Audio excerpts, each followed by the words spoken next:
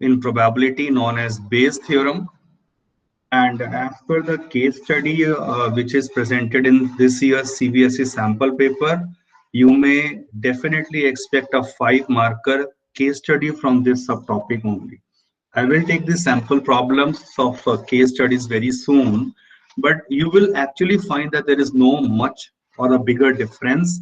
It will be a normal type of a problem only, just like some paragraph theoretical statements will be there and as a word problem, and then followed by a few parts.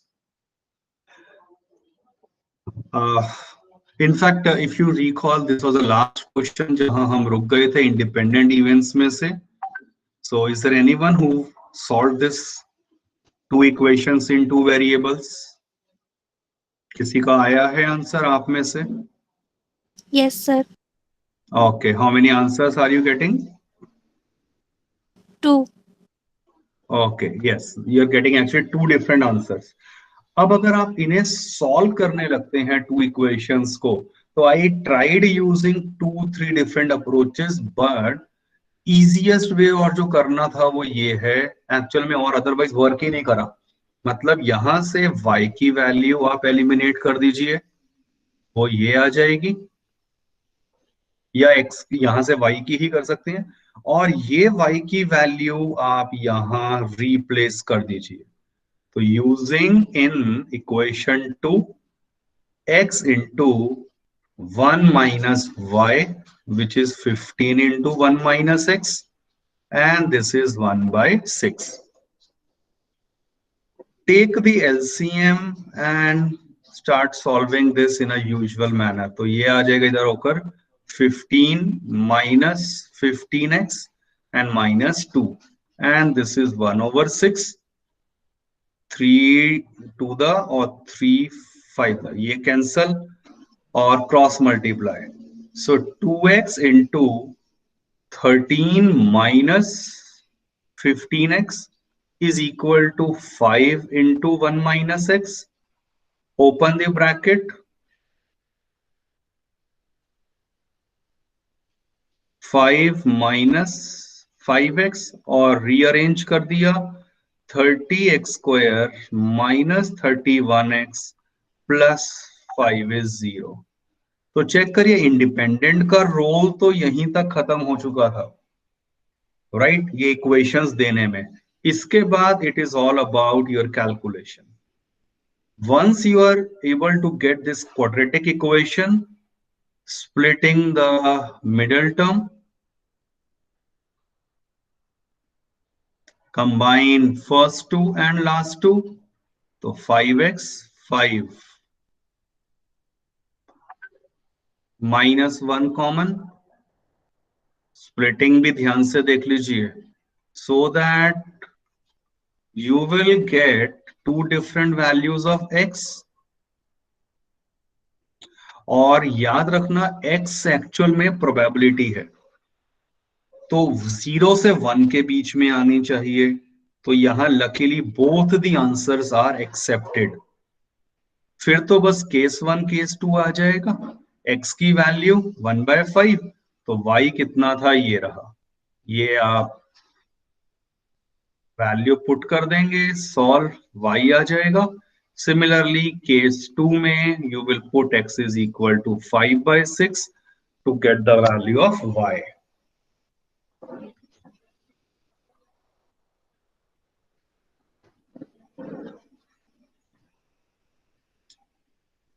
I would love to have the method other than this.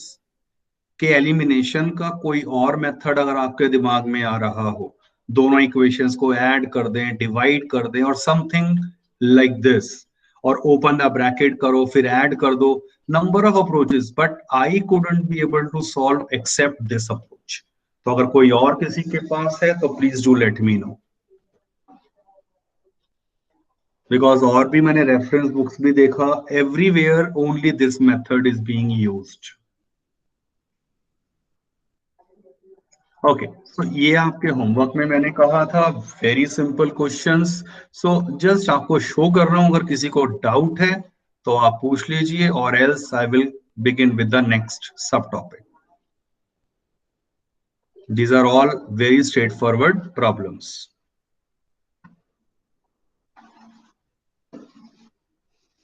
In fact एक दो तो इनमें से मैंने class में भी फिर discuss कर लिए होंगे.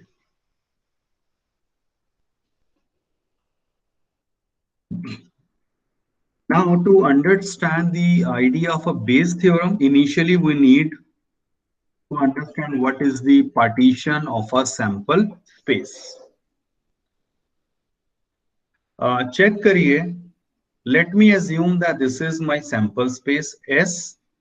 और रेक्टेंगल से दिखाऊं या कैसा भी डायग्राम बना दूं, it doesn't make any difference. मतलब मैं ऐसे दिखा देता तो इवन दैट इज ओके. अब इवेंट्स हैं E1 E2 करते करते En तक. इसके अंदर इवेंट्स हैं सैंपल स्पेस में E1, से दिस इज E2, से this is E3, E4 and so on करते करते करते ये आ गया चलो En. तो ये n आपके इवेंट्स लिखे हैं which satisfy the following two conditions. First one, they are mutually exclusive. मतलब पेयर वाइज डिसजॉइंट है, आपस में कुछ भी कॉमन नहीं है, तो इसका नाम दूसरा आपने क्या पढ़ा हुआ 11th में, म्यूचुअली एक्सक्लूसिव है. Second, union of all the events is the sample space. and union अगर आप इनका करें तो वो exactly sample space दे रहा है, और इस कंडीशन को नाम दिया गया था क्लास 11th में as they are the exhaustive events.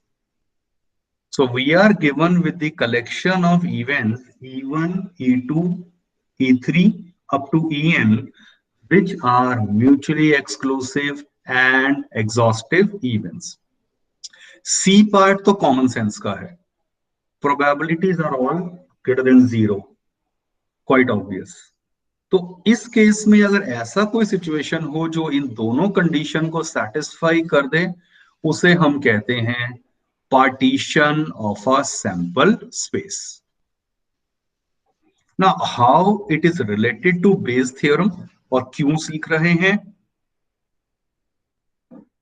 There is a theorem of total probability before the Bayes theorem, और यही मान लो कि ये बेस है आपका Bayes theorem का, and in fact you will realize very soon it's nothing but the extension of conditional probability. So conditional probability में आपने नोटेशंस कुछ पढ़ी हैं, उन्हीं का हम देखो यहाँ कैसे यूज करने वाले हैं.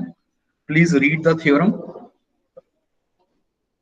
Theorem of total probability.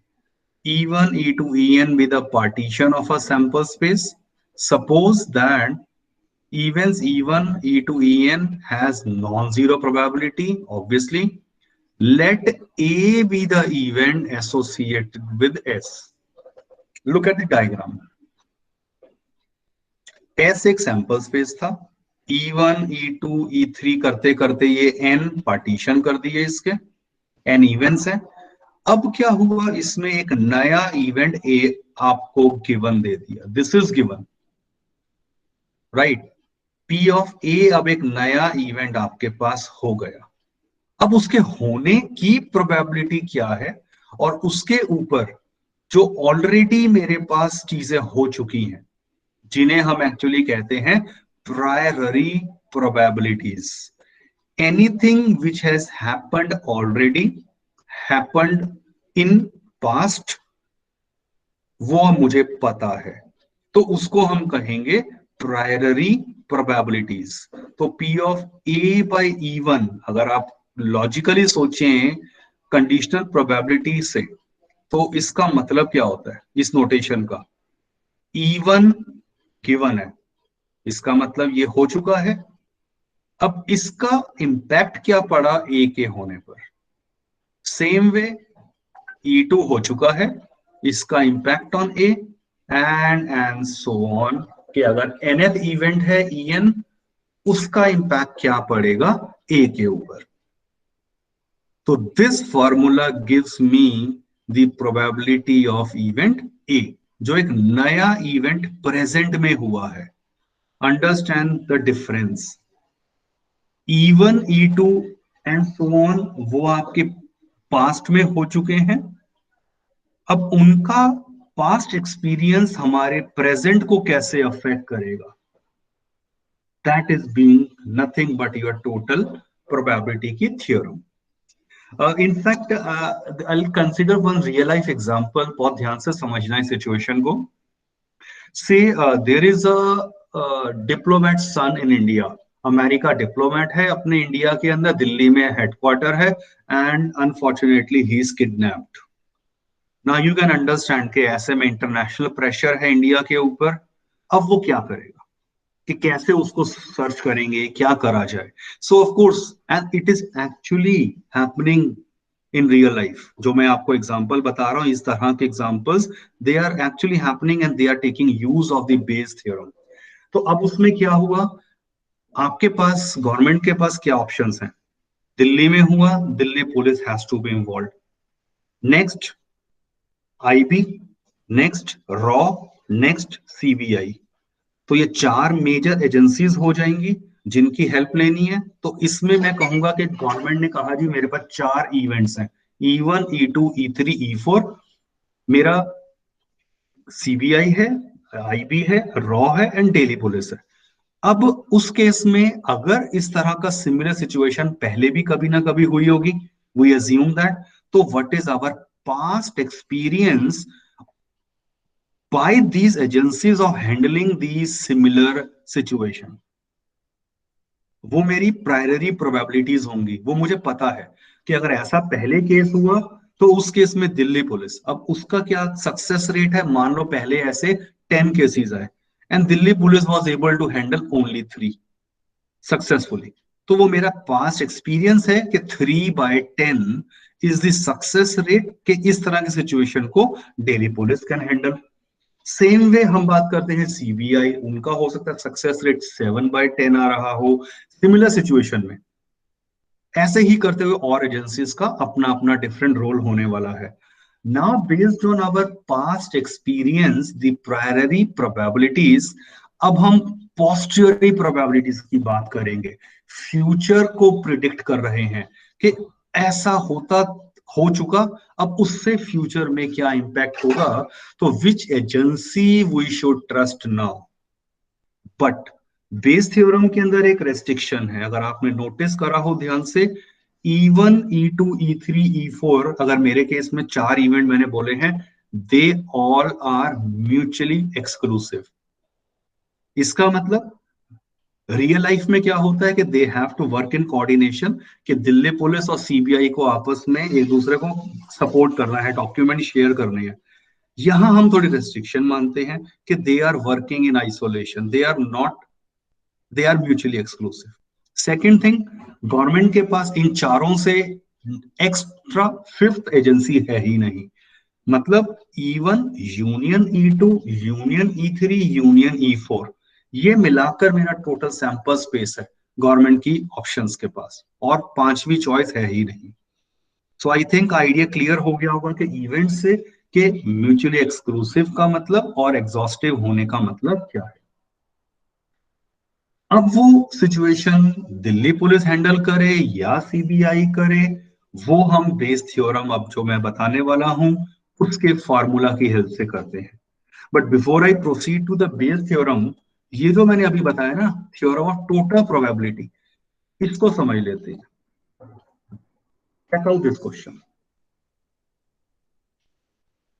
बहुत सिंपल क्वेश्चन है। पहले एक बार लैंग्वेज को पहचानिए।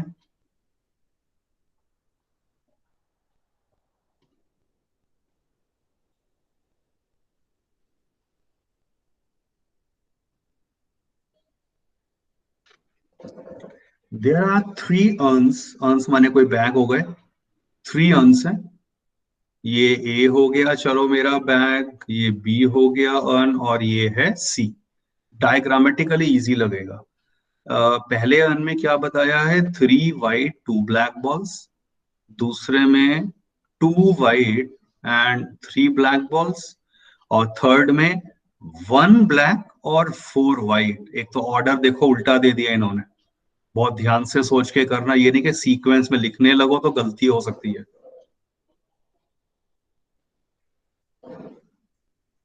There is equal probability of each urn being chosen, right? और जनरली देखो फिर मैं ना इसको नाम, जैसे फर्स्ट अर्न जो मेरे पास है मैं E1 कह देता हूं। ये क्या है? Event of choosing first earn, choosing earn A. E2 event of choosing on B, E3 event of choosing on C।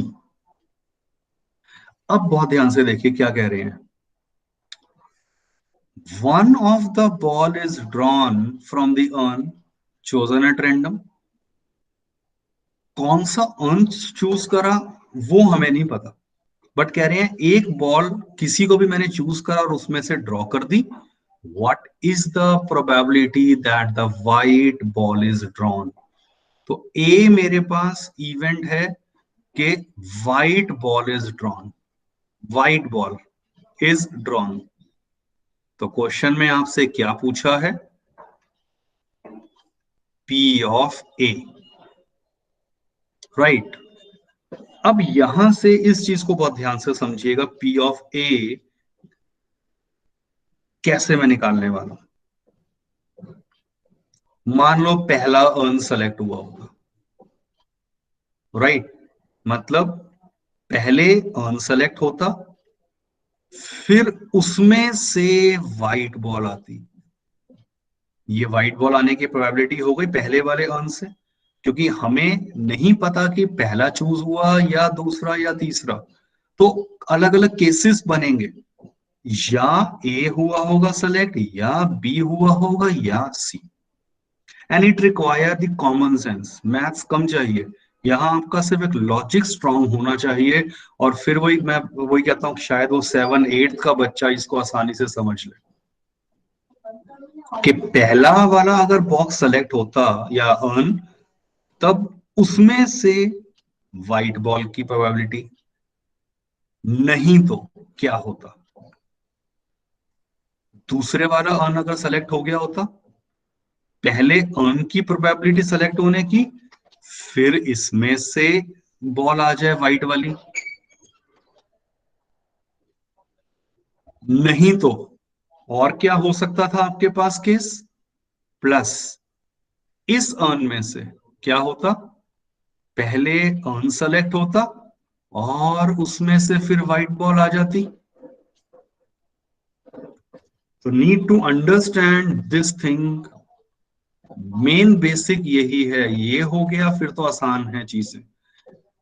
एक बार गिव अ थॉट, सोचिए, पहचानिए, then I will proceed further.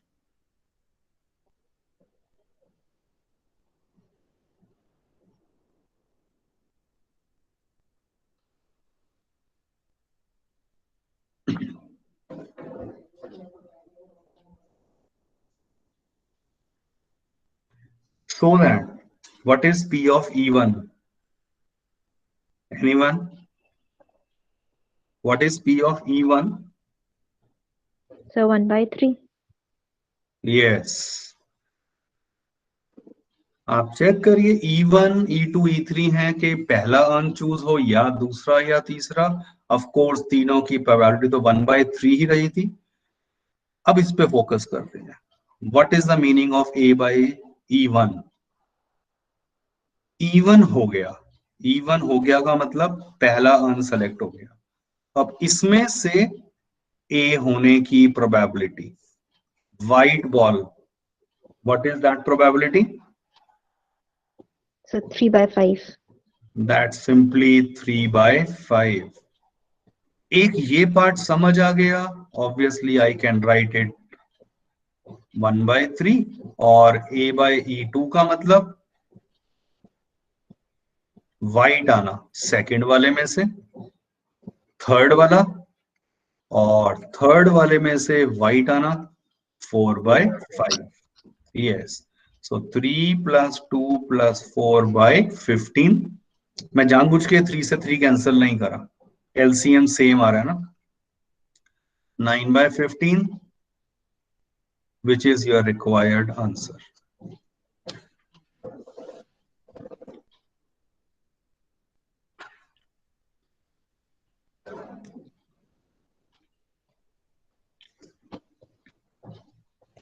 Now consider the statement of Bayes theorem.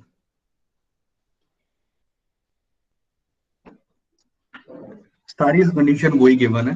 E1, E2, En are n non-empty events which constitute a partition of a sample space such that they are pairwise disjoint, they are exhaustive event, और A अब आपके पास एक event हो गया from the same sample space.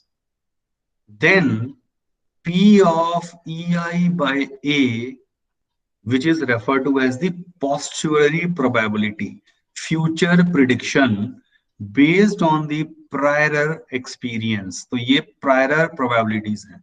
P of A by EI मुझे पता होंगी, P of A by EJ etc. they all be known to me. Well, इस नोटेशन को देख के कंफ्यूजन होगी, ये समीशन से ये क्या कहना चाहते हैं। Consider the example. एक सिचुएशन को समझिए। मान लीजिए किसी केस में 2 इवेंट्स गिवन है, जैसे पिछले वाले में कितने हो गए थे, E1, E2, E3, वो हमने आइडेंटिफाई कर लिया था भाई 3 अर्न है। ऑफ कोर्स 3 इवेंट की बात कर लेंगे। मान लो 2 इवेंट्स हैं E1 एंड E2, और अब एक इवेंट A आपके पास है गिवन। इस केस में अगर आपको फार्मूला मान लीजिए डराइव करना है E1/A का,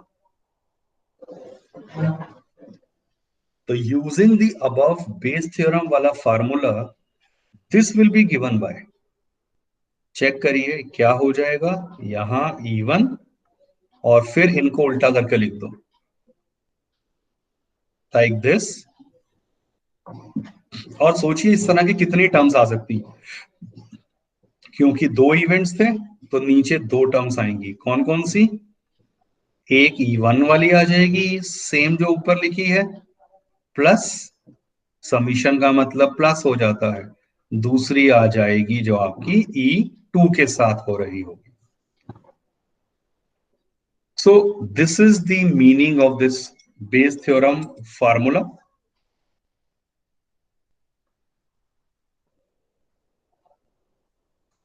नेक्स्ट, मान लीजिए आपके पास इवेंट्स हैं E1, E2, E3। सिलेबस में मैक्सिमम 4 तक जाएंगे, 4 भी रेयर केस में देते हैं, वैसे मैक्सिमम 3 का ही आप एक्सपेक्ट करेंगे। और एक इवेंट है नया A। Let's say I require the formula for P of E3/A. So what would be the formula now? इस सिचुएशन में लॉजिकली सोचिए क्या हो जाएगा, P of E3, ये इसे पढ़ते चलिए बेस थ्योरम, और फिर P of A over E3, good, और नीचे क्या आ जाएगा, P of E1 times P of A over E1 good, plus P of E2 times P of A over E2 plus P of E3 times P of A over E3.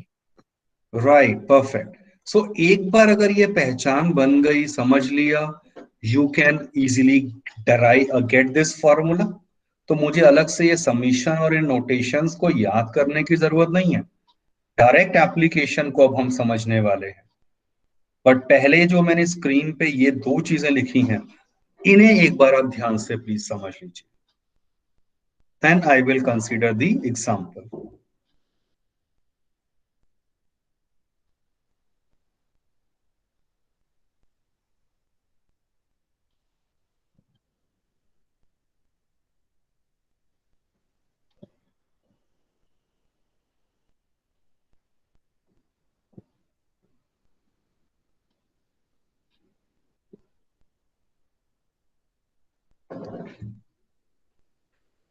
Another very simple observation, in fact, rather I would say, look at the denominator only of the formula.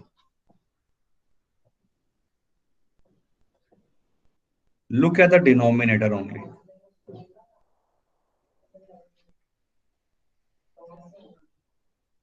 What does this represent in terms of probability? Look carefully.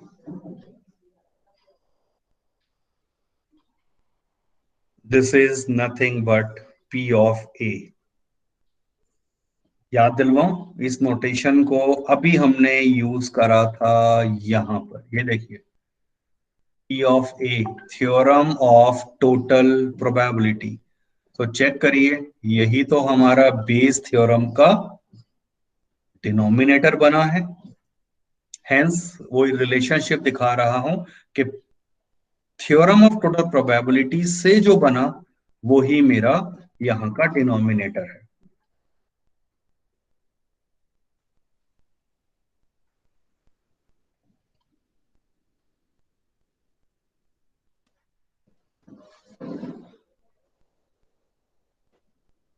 Check out now the question based on it.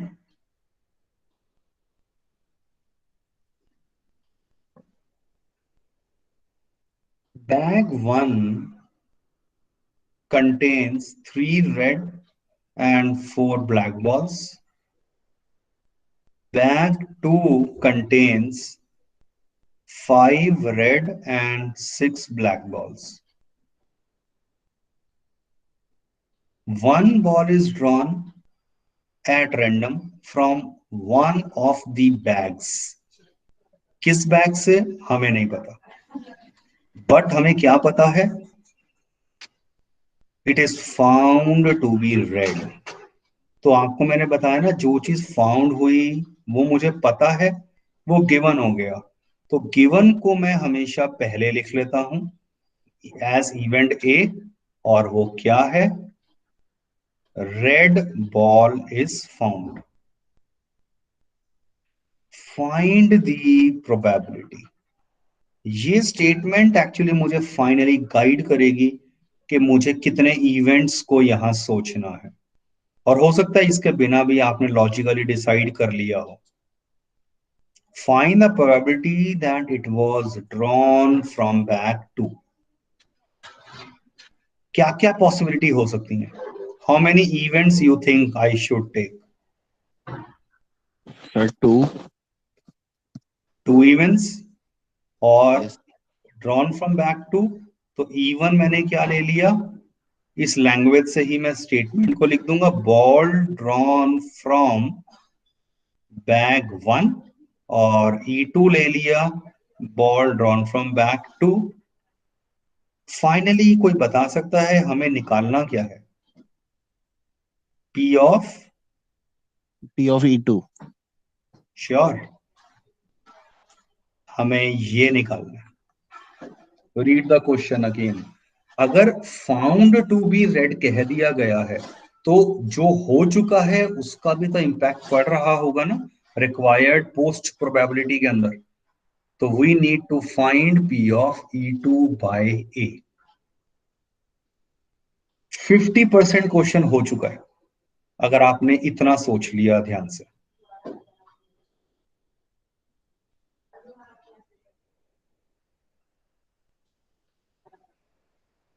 अब आप logically सोचिए, Bayes theorem में आएगा वो भी चलो practice से पता चल जाएगा आपको, 2-3 क्वेश्चंस होने दो अभी।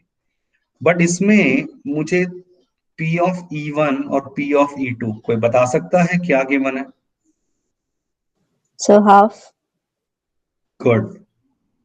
E1 का मतलब बॉल बैग 1 से ड्रॉ हो, E2 माने बैग 2 से, सो इक्वल प्रोबेबिलिटी है। अब is P of A by E1?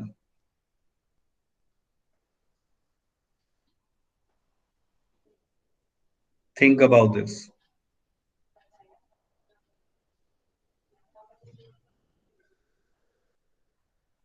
Anyone? 3 by 7 and 5 by 11. Very good. Check करिए। अब इसमें आपको 9th की एक प्रोबेबिलिटी बेसिक आइडिया चाहिए। A/E1 कंडीशनल प्रोबेबिलिटी है और उसका मीनिंग क्या था बस उस पर फोकस कर लो। ये जो बाद में लिखा है ये अब मुझे गिवन है। अगर E1 हो गया, E1 का मतलब बॉल बैग 1 से ड्रॉ हुई, आ जाओ बैग 1 पे। अब इसमें से A हो जाए, A का मतलब रेड बॉल, तो इसमें से रेड बॉल आने की प्रोबेबिलिटी क्या है, वही तो आपसे पूछा है। तो 3 रेड बॉल थी, टोटल 7 बॉल्स थी। तो इनकी जो मीनिंग है ना, अगर आपने उन्हें समझ लिया और उन पे फोकस किया, questions will be easy. What is P of A by E2 बता ही दिया है वैसे तो। E2 हो गया, ये वाली चीज हो गई, बैक 2 पर आ गए। इसमें से अब मैं क्या चाहता हूं, A हो जाए माने रेड बॉल, तो 5/11। इसके बाद तो सिंपल पेपर में पूरा लिखना है। Using Bayes theorem P of E2 by A will become, इसका फॉर्मूला आई एम श्योर ये तो अब आप क्विकली समझ रहे हैं मैं क्या लिख रहा हूं। बस उनका समीशन जो भी टर्म्स आ सकती थी, E1 वाली एंड E2 वाली, like this.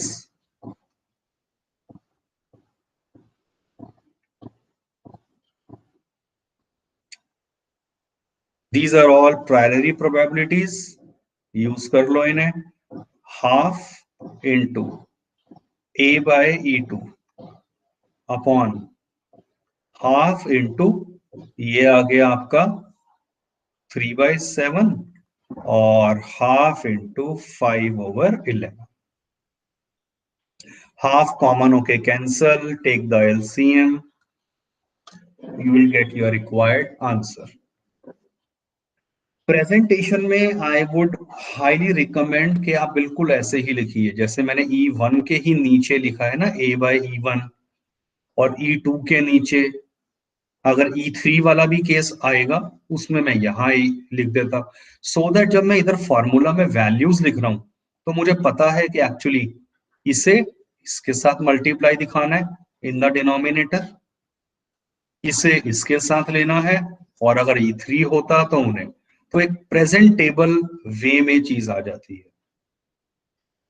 Another interesting fact, once you understood the idea और 2-3 क्वेश्चंस भी कर लिए, 90% मैं आपको गारंटी देता हूं आप आंसर लाइन जो है ये वाली लाइन आप सिंगल स्टेप में लिख पाएंगे। ये वाली लाइन आपको ये कुछ भी नहीं करना, ये कुछ भी नहीं करना, लॉजिकली आप ये direct last step in a very first go बता पाएंगे। बट पेपर में उस केस में सिर्फ 1-2 नंबर ही मिलेंगे, ये याद रखना, क्योंकि बोर्ड के अंदर CBSE में आपके स्टेप बाय स्टेप मार्किंग होती है।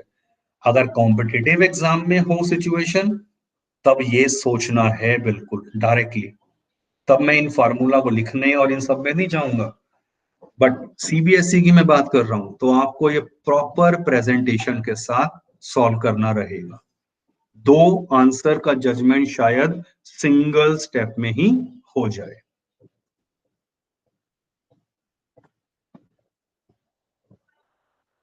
लास्ट क्वेश्चन,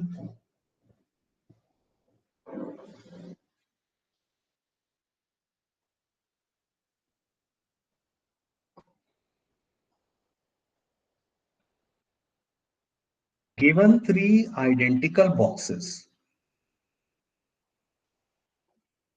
ये अपने आप फिर आइडिया लगते रहेगा मैं क्या कर रहा हूं यहां। कंटेनिंग ईच 2 कॉइन्स, बॉक्स 1 में बोथ आर गोल्ड, बॉक्स 2 में बोथ आर सिल्वर, बॉक्स 3 में 1 गोल्ड 1 सिल्वर। तो यहां तक तो अगर आप ध्यान से देखो तो सिंपल है थ्योरी, ये बना दिया। A person chooses a box at random and takes out a coin. if the coin is of gold, A event क्या होगा?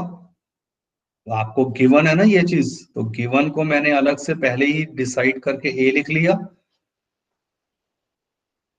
व्हाट इज द प्रोबेबिलिटी, इसकी हेल्प से मेरे इवेंट्स डिफाइन होंगे. And how many events are here? Clearly E1, E2, E3. What is the probability that the other coin in the box is also gold? इसका मतलब किस box की बात कर रहे हैं? कौन सा बॉक्स आना चाहिए कि ये कंडीशन ट्रू हो जाए? The first box. The first one, क्योंकि एक तो ऑलरेडी गिवन है कि गोल्ड आ चुका है, अब दूसरा भी गोल्ड माने फर्स्ट. तो इवन तो देखो इवेंट्स में क्या लिख दूंगा कि selecting box 1, box 2 and box 3. और आइडिया लग चुका है. We need to find P of E2 by A. Sorry E1, पहले वाले बॉक्स की बात हो रही है ना. E1 by A.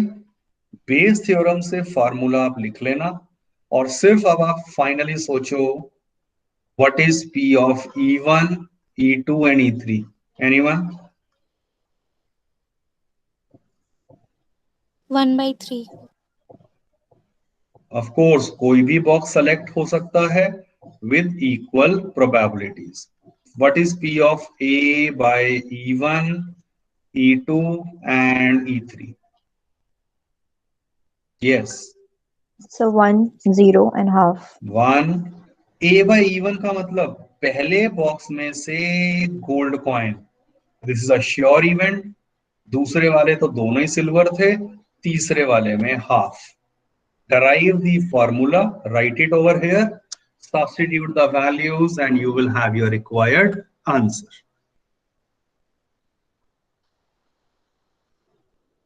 Complete this in your homework. Homework का क्वेश्चन इसके साथ एक ये वाला आपके लिए आने वाला है एंड एक ये वाला. सो ओनली 2 क्वेश्चंस मैं कंपाइल करके भेज रहा हूं, तो यहां तक आपको कंप्लीट रखना है. 2 questions must do.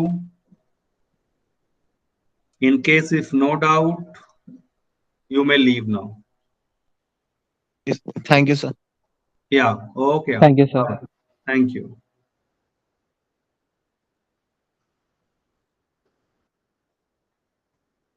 Thank you.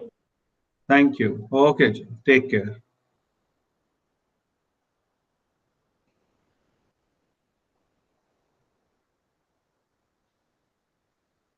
Kirti.